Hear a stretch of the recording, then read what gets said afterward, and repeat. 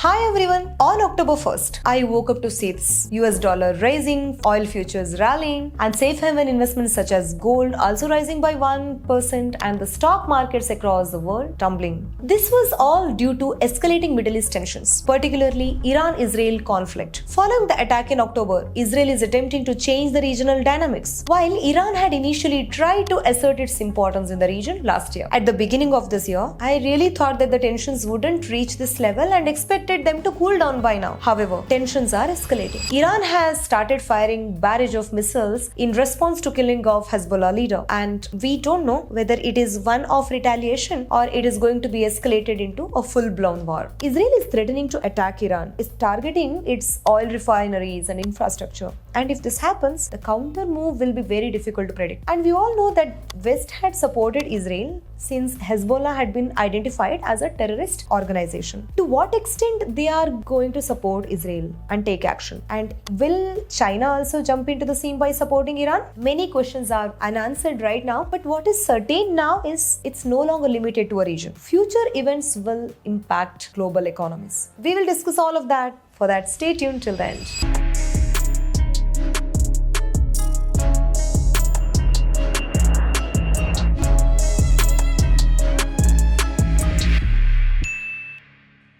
If you are new to this channel, I'm CS Keerthana. I live in Dubai. I run The Consultancy, a firm which is specialized in NRI services. We offer NRI, tax, finance, and investment related services. If you are looking for any of this, please visit our website www.keerthisfinfo.com and book your appointment. I have completed CS from India and CMA strategic level from UK. I'm also a SEBI registered overseas MFT. Every week, I bring an explainer video related to NRI issues in this channel. If you are looking for finance, investment, or tax, FEMA related topics, please consider subscribing this channel. Today, let's examine how this war, if it is escalated further, may impact economies. This is just a possibility. Let's hope for the best that the situation will not reach to that level. However, NRIs, we are global investors, and we should always be aware of the fact that this kind of conflicts are not having just regional impact, they can impact our portfolio investments. So these have wider ramifications. So let's take up our first point. The first and foremost impact is going to be felt in high oil prices. The conflict may disrupt oil supply, creating uncertainty in the market. See, we all know if energy costs are going to rise, inflation soars in an economy. You might think that compared to countries like Saudi Arabia,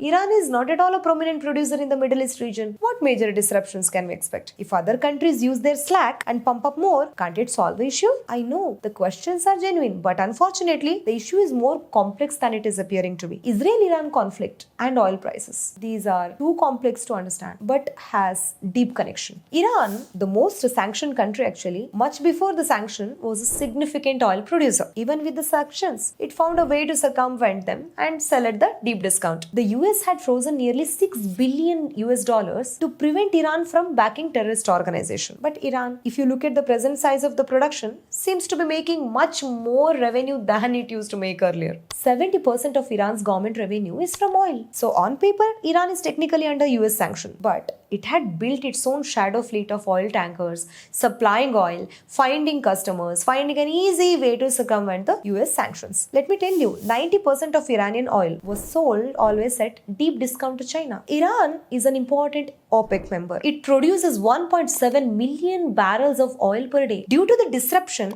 which is actually 4% of the volume, the oil price may go up to $100 per barrel. Are you thinking why? Speculation. Psychology plays a major role. The market psychology of oil is such that sentiment and future movement can cause a lot of expectations, anxiety in traders and investors, pushing them to take positions accordingly. Even a potential disruption rather than an actual disruption can send the future price of oil to sky high. Oil is such an inevitable commodity that is actually keeping world running today. Speculative trading actually drives the oil market. A mere probability of supply chain disruption will make traders bid up the oil price, anticipating future shortages. So just by looking at the barrels Iran produces or exports, we cannot estimate the potential damage it can cause. It can potentially disrupt global market and also through the broader regional instability. Second is much related to the first point, supply chain disruption. Strait of Hormuz is a narrow waterway between Iran and Oman which connects Persian Gulf to Arabian Sea. Major oil producing countries such as Saudi Arabia, Kuwait, Iraq and UAE use this route to export oil. The Strait of Hormuz is a checkpoint that plays a critical role in global energy security. It handles nearly 30-35% of world oil trade, which is why Iran had repetitively been threatening the world to block this passage.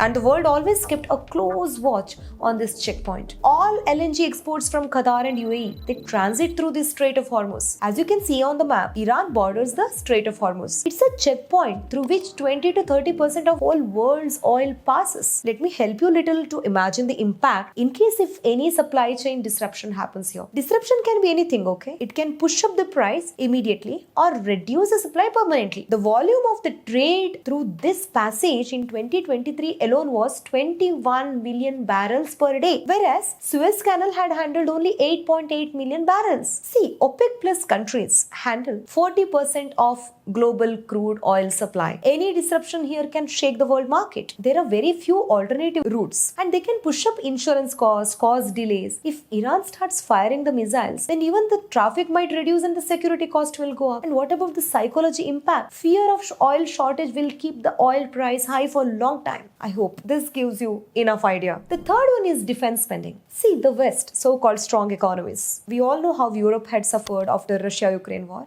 may again be forced to spend on defense and military expenditure, which results in the budgetary deficit. Let me put it very simply. There are resource allocation shift. Government involved in the conflict, it cannot spend on healthcare or education, but it must allocate more and more fund towards security and defense. The military spending had always increased national debt and which always further makes the countries to keep the interest rate high and inflation higher. That's what has happened after Ukraine-Russia war in Europe. Countries like US, which are now avoiding recession through their interest rate lowering monetary policies, will again face problem. If you see the past data, US itself had provided significant military assistance to Ukraine. In 2024, the amount stood at 75 billion US dollars, combining all military and financial support. So what had happened in their own economy later? Inflation had gone up, debt had been at higher level. So these are all the ramifications. So now I spoke enough about the macroeconomic. Let me talk something about what actually directly impacts the portfolio of the retail investors. That is currency fluctuation. Whenever there is uncertainty, geopolitical tensions, globally investors turn towards dollar because they believe that whatever happens outside, dollar is going to be safe and stable. So USD starts strengthening. It's perceived as a safe haven currency. Even after Russia-Ukraine war, USD index had gained value. You might be thinking, rising dollar is a good sign because it reinforces US strength and economic dominance. What's problem here? Problem is there. See, when the currency appreciates a lot, it's not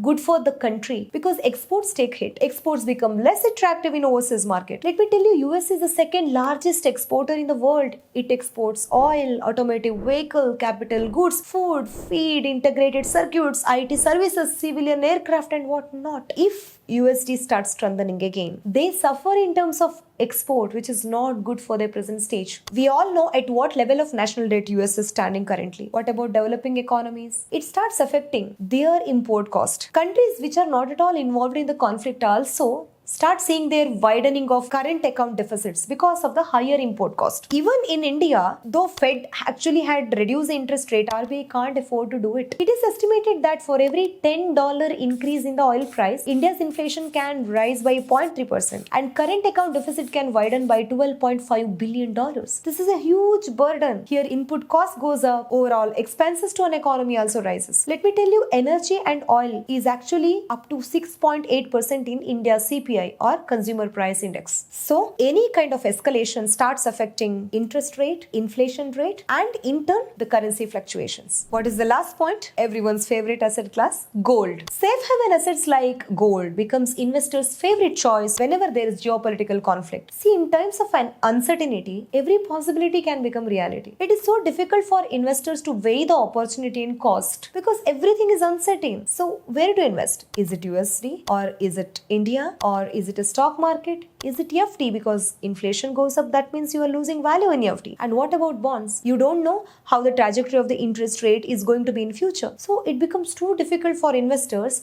and they turn towards gold because they are considered a store of value. Whatever you have invested, the amount will not go down, right? So that's why their confidence increases in asset class like gold. This is not only for retail investors.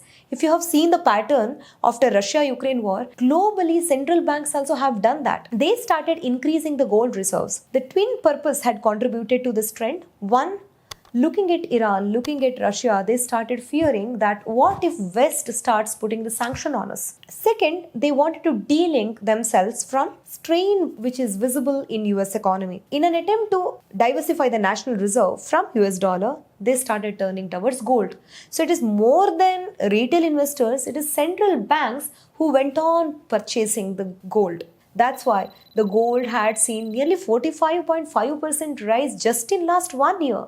It is at sky high level rate. Again, expect the same trend to continue. So now that we can understand what can potentially happen, all macroeconomic analysis, let's see what as a retail investor we can do. How to prepare ourselves. Keeping all analysis aside, we must accept one single reality that we are going to live in hyperinflationary world. The only way to survive this is invest where you can beat inflation consistently. Let me focus on few other points also. See, this is the way that I as an investor will prepare myself for the next 5 years. First one, always have an opportunity fund. Now, are you thinking that what is this opportunity fund? We are all familiar with emergency fund. What is this new fund about? Yes, let us name it as opportunity fund. Whenever the markets dip, for a long-term investor, this is a significant opportunity to build his position. So what is important for you is to have little amount aside to catch this opportunity. So whenever there is a good opportunity, you have to jump in and buy. That's where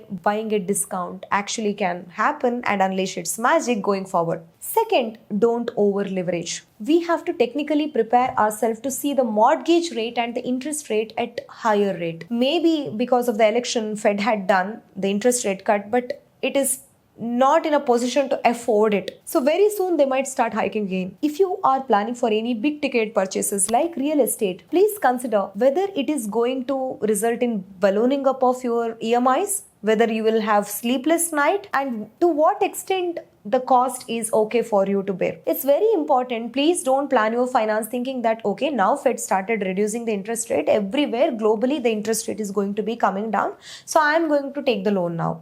Just don't be under that impression. If the inflation is high, the central banks will be forced to keep the interest rate high. It is for you or me to survive. They don't care. They have to think about the economy. So the interest rate can be at a higher rate for quite long time.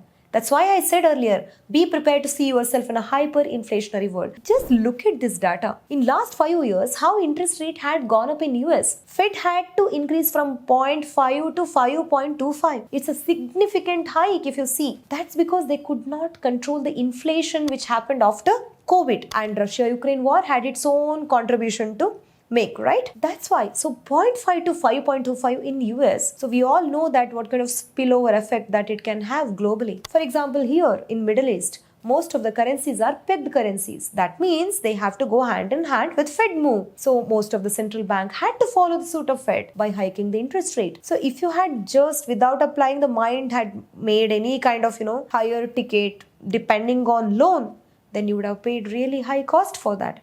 So don't over leverage yourself and just see whether it is absolutely necessary, whether you can manage the cost or at what cost you're making that purchase. Weigh that carefully and then make a decision. So what I'm telling you is, if at all it is not inevitable, plan or postpone your high ticket purchases or high value transactions that can potentially put you in a loan trap for decades. You understood, right? Save and build some corpus first. By doing this, you will not have sleepless nights due to ballooning of EMIs. And another important point here is identify which stage you are in, wealth creation or wealth preservation. Because this particular point is very much relevant for the people who are in wealth creation mode. In this hyperinflationary world, if you really want to build wealth, you have to build it through an asset class which can consistently beat inflation, not 1 or 2 year, consistently. That's why it becomes absolute necessary for you to have exposure to stock market. You can't think that stock market is volatility, stock market is speculation.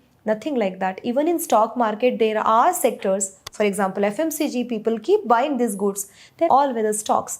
It's possible to diversify. So it becomes really important for you to build some wealth, taking exposure to stock market. Stocks may be risky in short term, but if you don't take the exposure, they can be 100% risky in long term. Lastly, diversify. This applies to assets as well as currencies. Understand the macroeconomics of an economy, its debt level, inherent strength, changing dynamics, and spread your investments across currencies. If you don't know how to do it, take a right approach, then please seek professional help. For example, in the present situation, maximum next 5 years, INR may depreciate against USD. I'm not denying it, but I won't be surprised if it starts appreciating later. I'm technically prepared to see it at 78 to 80. So just don't be under impression that USD is strong and I'm going to invest everything in USD and INR has always depreciated and the past trend also is going to happen even now. Please plan your finances. Many dynamics are going to change in this decade. Plan accordingly.